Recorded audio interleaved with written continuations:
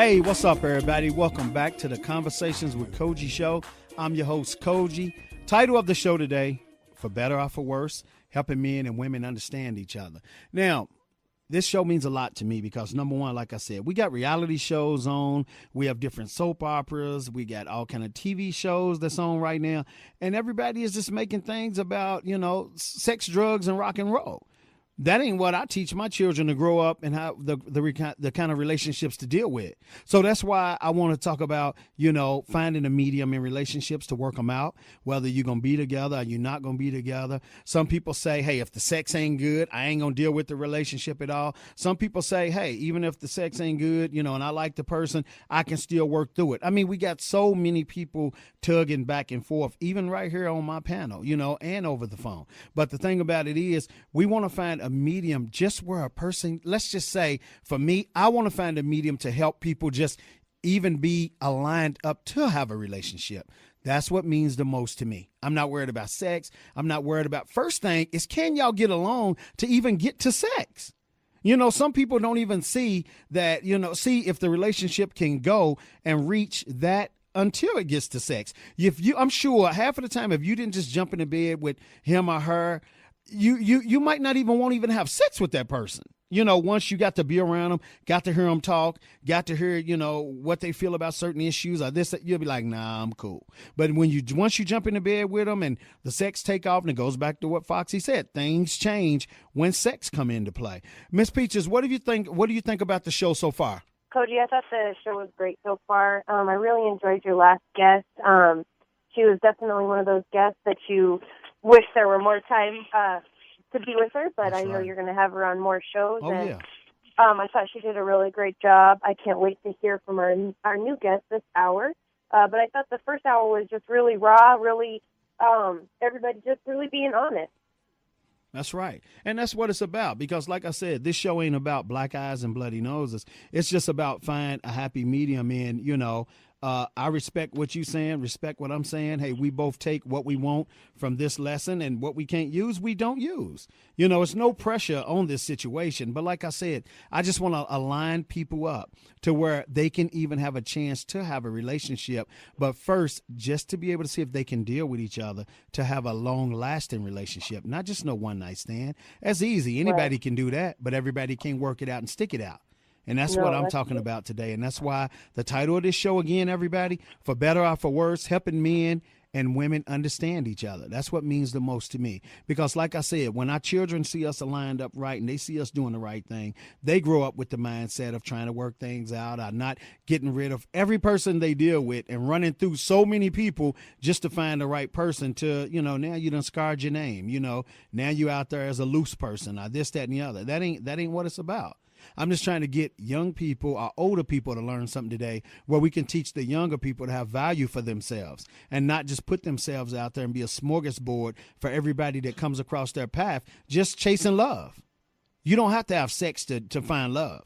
I don't believe that. And some people say, hey, well, I got to know if the sex is good to know if I got to deal with that person. Well, 9 times out of 10, you already know that person probably ain't for you.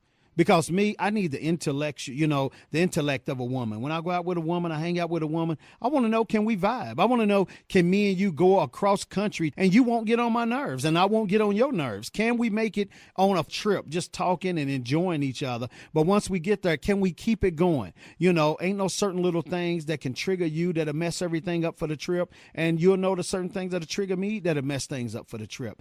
Get to know each other first. That's what means the most to me today on this show. So we got Miss Tanii Carr. She'll be coming in this hour. But I want to give you a little clip, a little synopsis of what she's saying about relationships and, just talking about making them work and working through them. Or if they ain't for you, not being a part of it. But for better or for worse, that's what I'm talking about today. If you get in a relationship, at the end of it, if you stayed, you got to say, hey, for better or for worse, I tried to make it work. Sometimes people get so down on themselves that it just bring their whole world down instead of looking at it like, hey, I tried, it just didn't work. I guess that wasn't for me. And you got to move on, whether you want to or not, because the other person then moved on. So that's all it is to it. So, and then sometime You have a relationship where you and the person ain't had time to sit down and talk about things and talk things out and see if you can make it work again, or the person knows where you was coming from and why you done certain things.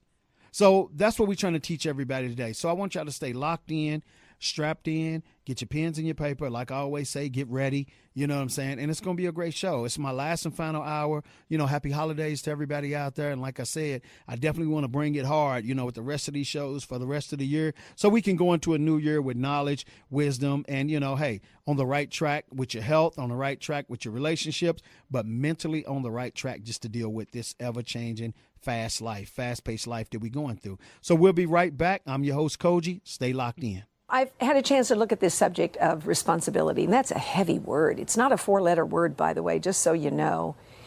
One of the keys, one of the successful actions that I did in my last relationship, and it was a difficult one, at least at first, was being willing to accept full ownership and full responsibility for how disastrous my life had been.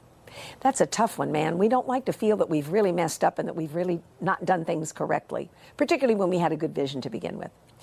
I must tell you that the entrance point, one of the key turning points for me in turning my life around from twice divorced and miserable to being happily married, was recognizing that I was there.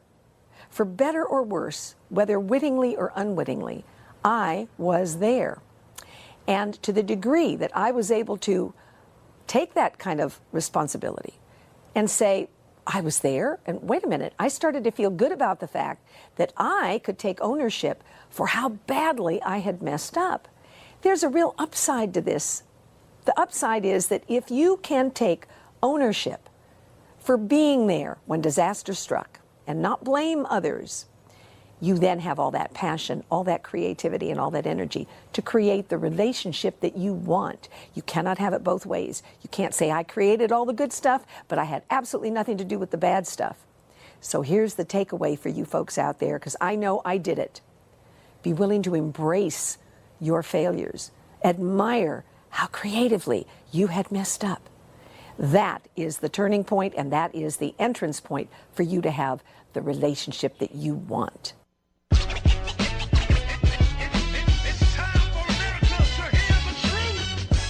Hey everybody, we back. So like I said, that was Miss Tanii Carr, and she's definitely ready to break it down. And like I said, we're going to take a break for a minute. I wanted y'all to just, see where she's coming from.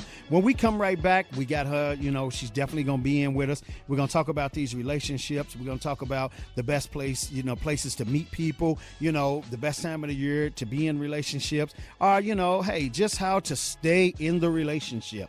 That's what I'm working on today, making people click and making things work, but helping them to stay in it. So stay locked in, and we'll be right back. You don't want to miss this.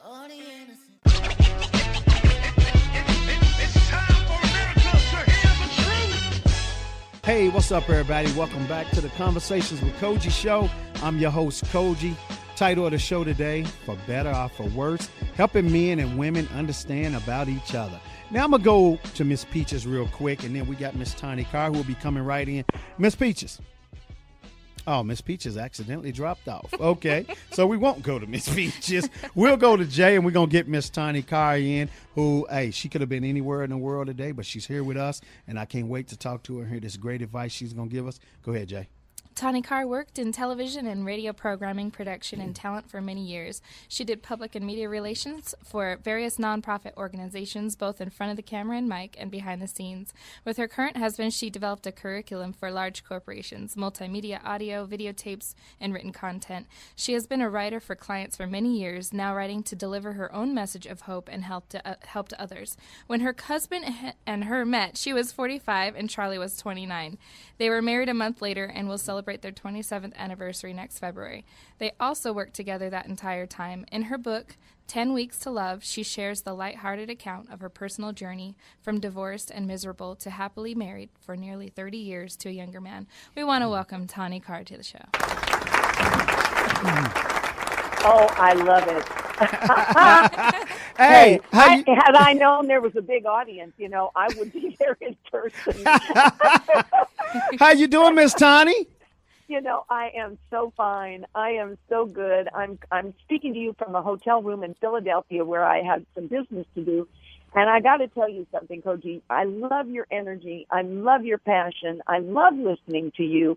I am a fan, and we just haven't even hardly met, but you're fabulous, and I love the fact that you're making a difference, that you're using your skills, your abilities to communicate, to make a difference in people's lives, and I applaud you for that. Thank you, ma'am. I do. And like I said, I appreciate you. And look, you on a trip. I said she could be anywhere in the world, but she's here with us today. So see, I didn't even know that either. And I thank you. I thank you for taking time, to do that with me. And I definitely want you to give your husband a Toyota high five. He was 29 and you was 45. You go, That's boy. Right.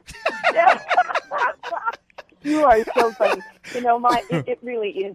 People have referred to me as a cougar, which is really a negative. A cougar is some older woman out there scavenging for young guys, and that was decidedly not me. It just happened that he was 29, and by the way, that was harder for me to accept than it was for him. He didn't have a problem with it. I had a problem with it for about 5 minutes, and then it was like, okay, let's get beyond the 29 thing, That's Actually, right. We make a joke. I'll share this little joke with you, but we make this little joke and say, well, why did I have to get married twice before and have 2 divorces? It was waiting for him to turn 18. I mean, it's like, he had to grow up. He had to be legal because it just wouldn't have been good if I had, I could have been babysitting for this guy. That's right. Definitely. Okay, now here's what we're going to do. Now that you said that, we're going to go around to our women panel right now, and I want them to ask you a question, about the age difference. That's good. Let's start out with that right now, coming out the gate, the age difference. We're going to start out with Foxy. What would you like to say to Miss Tanii? Hi, Miss Tanii. Hi. I'm feeling the same way you are. I like younger men. not so much being a cougar, but because they experience, they're willing to experience more than a elderly gentleman. Is there anything really particularly wrong with that? I don't. For me, it's not about the age. It's whether or not you make a connection with somebody. If that person happens to be younger or older, the important thing is that you know yourself well enough that when you see in someone else a person, an individual, a being that you make a connection with, that's what becomes exciting. That's what becomes extremely attractive. And maybe they're younger, maybe they're not. I wasn't searching for some younger guy. It just worked out that way. And the truth is that my husband had been married twice before to women that were older than him, starting when he was 19. So it just was kind of an odd situation. But I think you ought to be yourself. And I think wherever that energy goes, whatever you manifest, that you attract somebody that happens to be younger, I say go for it. It's worked out really, really well for us. I mean, 27 years now almost is pretty good staying power. That's and right. We're just as passionate about each other now, if not more so than we were when we got together. I hear you. Now, Miss Tanii, you had that cute little outfit on, and you did that little walk coming through. Come on, tell us about it. Come on, Miss Tanii. Come on with it. Look. You must have been a fly on the wall. You know something. My husband just thinks he just thinks I'm eye candy. Now, you got to understand, if you do the math, I am 71 years old. I don't act, sound, or look like your typical 71-year-old. And my husband has grayish beard, so we kind of look like we're right about the same place. Mm-hmm. But I like making myself look nice. To the degree that I feel good about myself, I like looking terrific. And the truth is that every time I buy new clothes, I give him a little show. How do those clothes look? Because the way that he views me is important to me. I want him to look at me and go, wow, you look fabulous, that's which right. He does too. So we're still having fun. I hear you. You know what? I definitely hear you about that. And see, that's what we're talking about. Hold on, Queen Bee. I'm coming around. Pull your mic over. Okay, here we go. So hold on. We're going to go to Jay real quick. Jay, what do you want to say to Miss Tanii? Do you find that do a lot of men love older women, and do you think it's just as the fact that some men know what they're looking for, and that was what in the case of your relationship. You both knew what you were looking for, so it was a lot easier to connect. Well, I think that you exactly expressed it. I think that, again, when you know yourself well enough and you're honest, Cogee, you talk about the truth and you say, no chasers, man. Yes. Okay, so you have to know something about yourself in all honesty. And if you know that, then you meet somebody and there's that connection. I don't think that, I'll tell you what my husband says. My husband says the reason he was attracted to older women was that he found them more interesting. Okay. He said they already had some life experience. That's right. They weren't silly. They weren't giddy like Right. cheerleaders or whatever, which is, I don't want to say anything bad about cheerleaders, but if you understand where I'm coming from on that comment. So I think it really depends on the individuals. However, that said, I think that you have to be open to that experience happening to you. If you're always thinking that there's something wrong with an older man or a younger man or whatever, then you may be missing some opportunities to really make a connection with somebody and then discover that connection was more than just a spiritual or an emotional connection, that there became an attraction. For myself, my husband became exceedingly attractive to me after I made that connection and after we spent a day together talking about everything under the sun, moon, and stars with tremendous energy and vitality and open expression and open communication.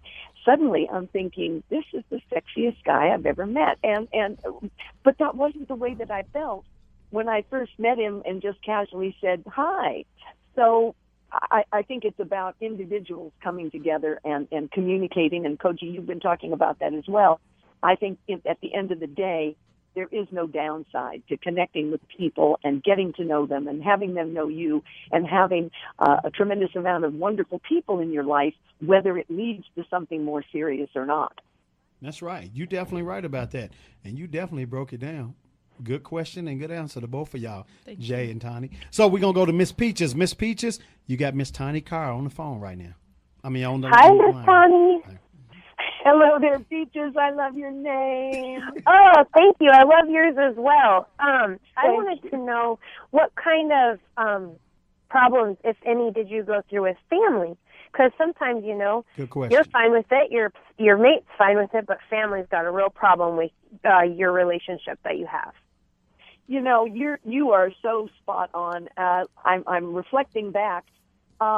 Our situation was a little different. It wasn't so much about the age difference as it was the fact that we got together and decided to get married 5 days later and did so 3 weeks after that. That was more of a problem on how to make that real to our family members. Some people were totally fine with it, but others were like, you haven't known each other very long. So Right. We didn't go into a lot of explanation. We have a lot of mutual friends, and we kind of fudged our way around that particular subject. So it's a very important question to ask. Now, having said that, Charlie was fabulous with my son, who by that time was already like 19 and on his own. We have a great relationship with his ex-wife, the mother of his 2 children that were only 2 and 4 when he and I got together.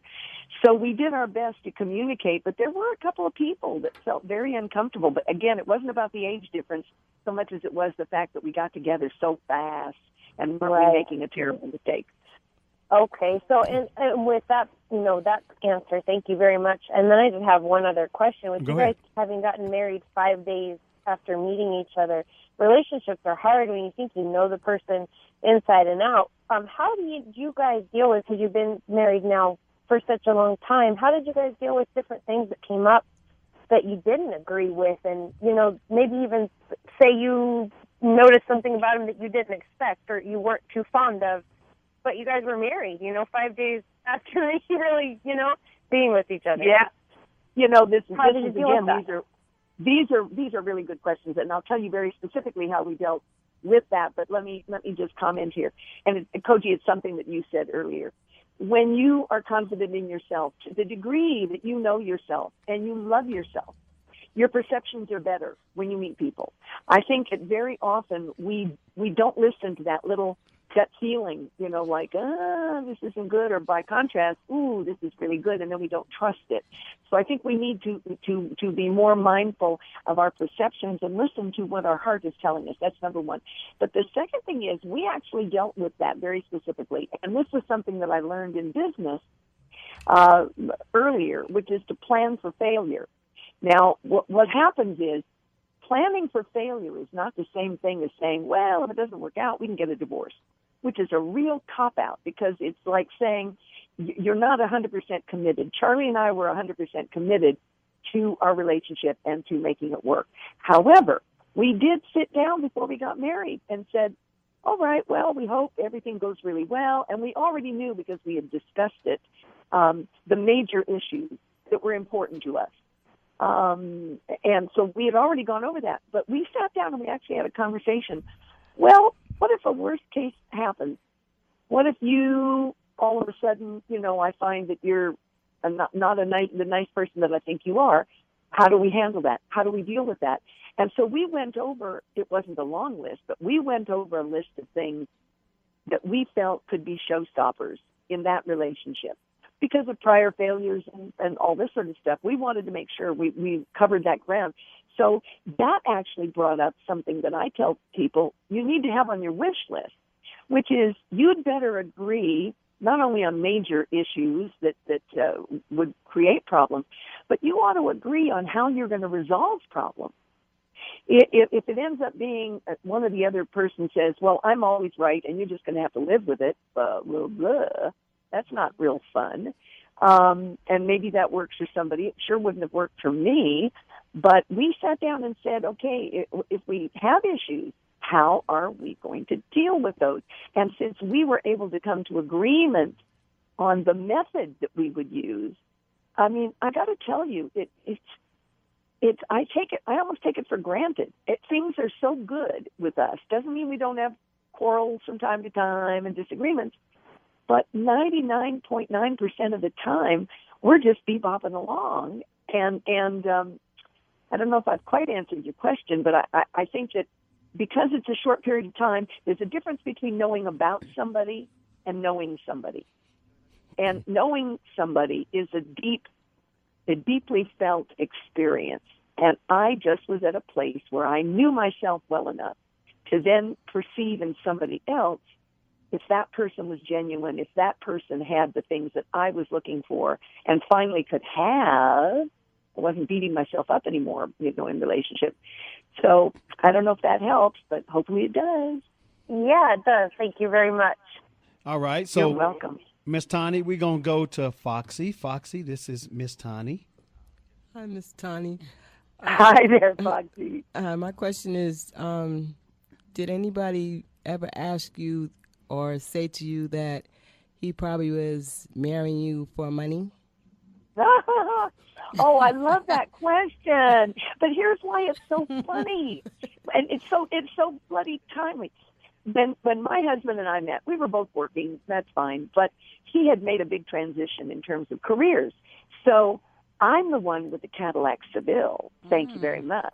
I'm the one with the nice furniture. Thank you very much. And my husband, bless his heart, had some old beat-up truck, a little mini Datsun thing. And so we make jokes. He will say to people, of course, here we are 26 years later, he'll say, well, I'm still waiting for her to keep me in the style I would like to have become accustomed to because, at the time I was doing, on the surface, I looked like I was doing better financially than him. Well, he has been the breadwinner for years and years. We work together. I'm now launching my book and I'm having a great time with it, and he is my number one fan, and he's the one that supports me in this endeavor. So together, we've actually made more money together, working together as a team than either one of us had done before. We've done more philanthropy. We've done more charitable work. We've had better careers individually and collectively since we got together than at any time before. But I think it's a hoot of a question because really we do make jokes about, why he married me was because I had the Cadillac, So That's terrific. Okay, now, Miss Tanii, we have Queen B. Okay. Miss Tania, this is Queen B. I want to send a shout out to you because you sound so happy, and I'm glad that you did what you needed to do for you. I could Well, just feel your thank happiness you so through the much. mic. Oh, yeah. Yeah, and I wish I would have known y'all love cake. Oh, Some of y'all wedding cake. But I'm glad for you. I love that. You sound happy. And you didn't let nobody Thank you. steal your joy. So I'm glad for you. thank Yeah. Oh, well, thank you so much. Yeah. I got to tell you, it's nice to, people will ask me, well, what are your credentials? You know, do you have a PhD and this, that, and the other? Right. And I really do believe that the older we get as individuals, the less we care about all those letters behind a person's name, Right. the more we want to see, do they walk the walk? Are they just spouting blah, blah, blah, blah, blah? But are they living examples of it? Which, by the way, of course, is much harder because then you really have to invest yourself in life and you have to create your life. Right. So I hope that I inspire. I'm just telling my story, and it's a fun story, and my husband and I enjoy each other so much. So thank you. Yes. Thank you for that. And I love your name. Oh, thank you. I love it. Cute, cute, cute. All right. Do you have a question for me? No, I just wanted to give you that compliment. I'm so happy for you. I can't even ask you nothing because, you're just so happy. And you didn't leave out anything, and I'm just glad for you. Well, thank you. Thank you. Yeah. I'm on a mission, and that is I want to see more people happy like I am. Right. And that's really the thing. I look around at this old planet of ours, and we got problems. And I think to myself that if people had less attention on how awful their relationships are, or how troubled they are, or upset, or unhappy, and that extends to their children as well, what could we do with all that energy in a positive way? We could handle environmental issues. We could help the children from predators. There's so many things we could do. So to me, I look at it not just as giving relationship advice. I'm hopefully going to help people have happier lives themselves in their relationships, which then allows them to be more creative, more inventive in other areas of life, because I think we need it at this point in time. That's right. You're definitely right about that. Good. And that's why I do my shows. I do them to inspire people and definitely bring change, great change. You know what I'm saying? Yes. So, hold on. Miss Peaches just said she want to ask you one more question. We back Sure to you, enough. Georgia Peach. Okay.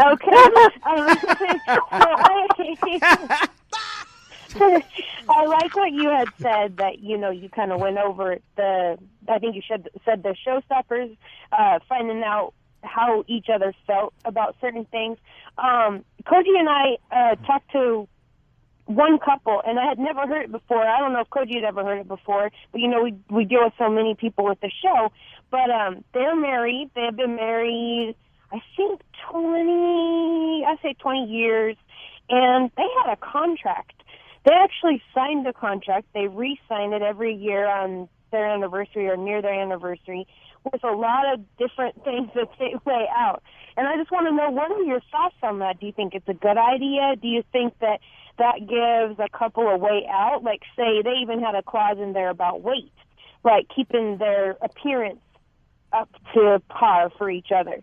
But do you feel like that's a good thing, or do you feel like it could give a person an out? Like, say they were unhappy with something and that was just their excuse to leave.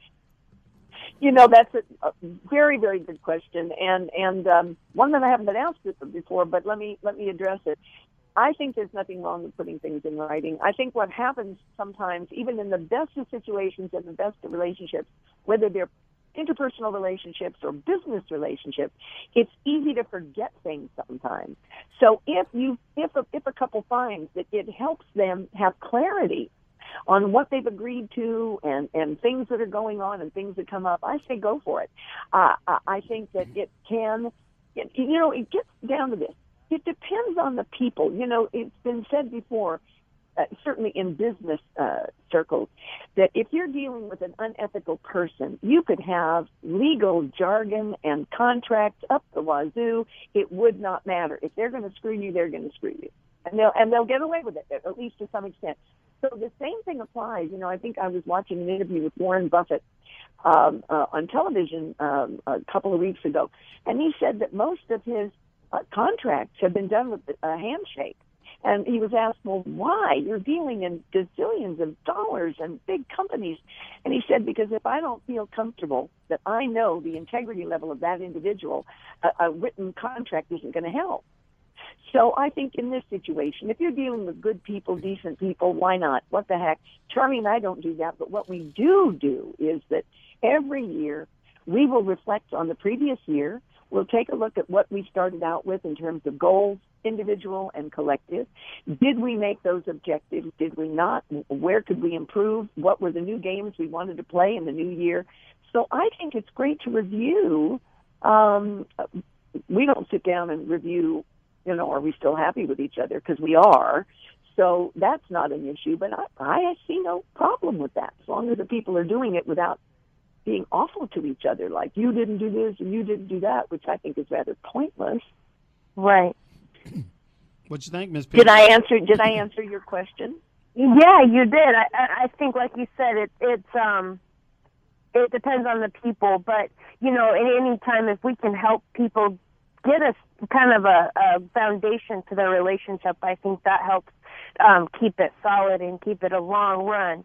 Instead, because even though you guys got married 5 days later, you had a foundation. We had, right? And let me correct, yes, we did, but let me correct something. We decided to get married 5 days later. We got married 3 weeks after that. So we had lots of opportunities to talk and talk and talk and talk right. about everything. So just wanted to make sure that was clear. I mean, that would really be stunning, wouldn't it? You met on Saturday and got married on Wednesday. I mean, that's right. Oh, that's pretty cool. Oh, okay, I understand now. But you guys did lay quite the foundation before you actually tied the knot and made it official. Correct. Okay, and I think that's where a lot of relationships, my personal opinion, I feel they lack a foundation. They lack a solid bottom. There's really nothing to catch the relationship if it's falling. Right. No, I agree. But I think that that's true in any relationship that you have. If you go to work for somebody and it's a new job and you don't really feel good about it, but you kind of go along with it anyway, or you feel kind of desperate or something, boy, those kinds of situations, even in business, can be doomed right from the start. So in any dealings, I think the senior thing, the most important thing is you better know the quality of the person that you're going to have this relationship with, no matter what the relationship is. Do they have some integrity? Are they honest people? Are they people of goodwill? One of the things I fell in love with my husband on, we had this one day where he helped me move this piece of furniture and he helped me transport it, and we yacked. And at some point he said, I love you. And it wasn't a lustful, it just was this amazing communication from this guy. And I'm thinking, who the hell are you? It's like, guys don't say things like that to women. Right. But he spoke well of his ex-wife. What is up with that? I mean, I just suddenly found myself going, this is somebody very special. This is an extraordinary individual. And even though at that point I didn't know whether maybe we'd just be friends and I would be glad to have him as a friend, but wow, when you're dealing with somebody and you find that they're just a special individual, because the truth is, at 45, I wasn't real thrilled about starting over financially. And meanwhile, he was starting over in a new business. But there was something about him that told me, you know what, we will rise above anything because this is the person for me. And I've never felt differently in all these years. Well, I wanted to ask you, since you brought that up, with financial, that's a big burden in a lot of relationships, and especially nowadays with, even though you hear on the news and, there's a lot of different commercials and stuff and saying that it's getting better, there are still a lot of people who are in economic crisis. What is your advice to people that are having that burden in their relationship and they don't see a way out of the financial part of it, but everything else is fine? I think that what you have to do is, and I'll give you an example on this, but I think that you have to grant that the other person is doing the bloody best that they can and acknowledge what is right about what they're doing to handle that area. It is an awful area for couples, and it's probably the number one single reason why couples break up is that they're fighting over finance and who's doing what and who's not doing what they should do. You know, Charlie and I have had our ups and downs financially.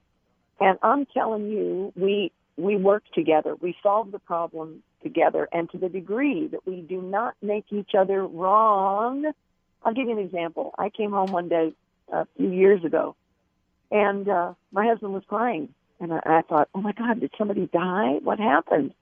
And when I asked him, he said that he had accidentally lost most of my electronic photographs in the computer. And he couldn't retrieve it. He had tried everything. And I looked at him and I said, have you tried everything that's possible that you know to do? And he's a computer guy, so he would know more than some. Have you tried everything that you know to do to retrieve those? And he said, yes, I've been last 2 hours. I haven't been doing anything else. And I just looked at him and I said, well, I know you did your best and things happened, and never felt the need to make him wrong. He already knew that he had done something wrong. So when you have a situation, when you have a problem, let's say financial, you have to sit down with that person and say, how do you think we should solve this problem? And then have that person do the same to you and come to some accord, come to some agreement on what the solution would be, but not by making the other guy wrong. It just doesn't work. You make a person right enough to change, and then you empower them to come up with a solution instead of like beating themselves up. So that's what I would recommend in situations like that, because that's what he and I have had to handle when we've had our downs, you know, things unexpected. How are we going to deal with this? But it's always, how are we going to deal with this? Not how you have to handle it because you messed up. That doesn't do any good. Right. Okay, thank you. You're welcome. Get down, Miss Tanii Carr. I am sitting, but I got to tell you something. All that great music that I hear on your show, you're lucky you didn't lose me just waltzing around the hotel room, because I do like to boogie down. Well, so, you know. well, when you hear the closing song, closing the show out today, you really gonna dance. Then there you go. Yes, ma'am, because we are definitely celebrating great relationships. We're celebrating the Christmas holiday coming in. We're celebrating New Year's. We're celebrating change. We're celebrating good friendships. We're celebrating everything positive because we want to focus on positive. That's why I do these shows, and I try to keep people looking forward. If you look to the right and you look to the left, you're going to crash. But sometimes if you look in a rearview mirror, hey, things seem closer than they are. You know what I'm saying? Keep moving. Yes. Yep. Keep moving. I agree. And by the way, just very, very quickly here, I think, so many times single people find themselves being depressed and demoralized over the holidays. This was the time of year that I turned myself around, because I met my husband on the 31st of January in 1987, and I was taking the holidays, the Christmas time, to get my head on straight so I could jumpstart my relationship in the first part of that year. And that's exactly what I did.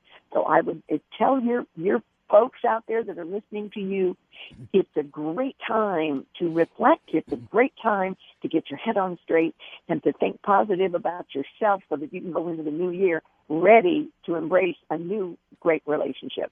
That's right. You definitely broke that down, but see, the first thing, like I'm telling my ladies and I'm telling my men, I understand, hey, one night stands could be cool if that's really what you want to do. And if both of y'all agree on it, then okay, y'all both agreed on it as adults. But the thing about it is, will you like that person even more when y'all get out of the bed? And if y'all have breakfast together, will you even like each other's conversation? You know, and I'm the type of person, I need to know what I'm dealing with before I move forward on the sex, because I'm not, desperate for that. Yep. I think it's a smart way to go. I think it's a very smart way to go, because you can. I mean, as adults, you're not going to be saying to folks, well, you can't do this and you can't do that. That's right. It really depends on what you're looking for, Cogee. And at some point I just said, I know what I'm looking for, and that's what I'm holding out for. And which is not to say that the sex isn't great too, but if you're attracted to that person, it's still a way of communicating. You are communicating right through the physical. So you're right. If you know who you're in bed with and who you're sleeping with, and I think it can make a huge difference, even on the purely physical plane, to the degree that you know that individual and they know you. Yes, ma'am. You're definitely right about that. You know, but the thing about it, let me ask you this real quick. I want to ask you another question, and we just got 3 minutes left, but if you can take, let's say, 2 minutes of it real quick. Quick. When it comes to a younger and older relationship, what do you think sex plays in the role of that situation? I think it has more to do with whether the two people have comparable energy and interest in sex, regardless of their age. Okay? I think your energy level, your health level, I think that those are the things that are important. It's not so much about the age. I know people that are young that act more like old people than some old people I know. Yes, ma'am. So I think it has to do with your physical stamina, your enjoyment of that activity, and whether the two of you are comparable in that area. I think that that's going to be important. There it is. You broke that down. Definitely. I definitely, I mean, that's why I always ask these questions, because like I said, I want our listeners to get a round robin of information whenever we do these shows. And I'm definitely thankful you was on today. Well, me too. This has been great fun. Right. And you know what? I definitely want to bring you back, because it's a lot of stuff, that we didn't really get into, but I'm glad we went to where we went to with this. But, we definitely having a part 2, and I want to invite you back for part 2 so we can definitely get down to a little bit more deeper about a lot of stuff. I think right now I'm glad people felt your heart, and you already got a fan club right now. So. Great. All right. Well, this is good. Where I live in California, I do go to Vegas every once in a while, so maybe we will meet up there sometime too, which would be fun. Yes, ma'am. I would love it. And you know what? Give us your website real quick and your book real fast. Okay. The name of the book is 10 Weeks to Love. All those words are spelled out. On the website, however, it is www.10, the number 10, 10, weeks, WEEKS, the number 2, and then LOVE.com, 10 Weeks to Love. Okay. That's the difference. And my book is available on Amazon. If they want to go get it there, they can. All right. Well, I definitely thank you for being on today. Now, I want you to stay on and enjoy this song as we close the show. I told you. Now, stand up, because you're going to get to dancing, because we celebrating on Conversations with Cogee. We celebrate because we done had a good time. I like it. I like it. You know what? We celebrate because we done had a good time. We done had great guests. We done had great knowledge. And we have good friendships on this show. And we build great friendships. And I thank you for being a new friend of mine today. Well, you are right. I feel the same way about you and Peaches and Foxy and all the folks that are there. And Queen God Bee. love you and blessings. And Queen Bee. Yes, ma'am. I don't want to forget anybody, okay? Yes, ma'am. Okay, bring on that music. I'm waiting for it. I'm standing up. Okay, here it comes. So, hey, to everybody out there, much love. I hope y'all enjoyed the show today. We had Rochele Hirsch, and we had Miss Tanii Carr. Hey, title of the show today, For Better or For Worse, Helping Men and Women Understand Each Other. I just want to say happy holidays to everybody out there, and look forward to my other shows, my Wednesday shows, everything I'm doing, because I am for the people. And remember my closing words. God don't only love one of us, he loves us all, baby. All right? Y'all be safe. Now been listening to Conversations with Cogee. Check out past shows, upcoming events. Pray for me and stay for me. You dig?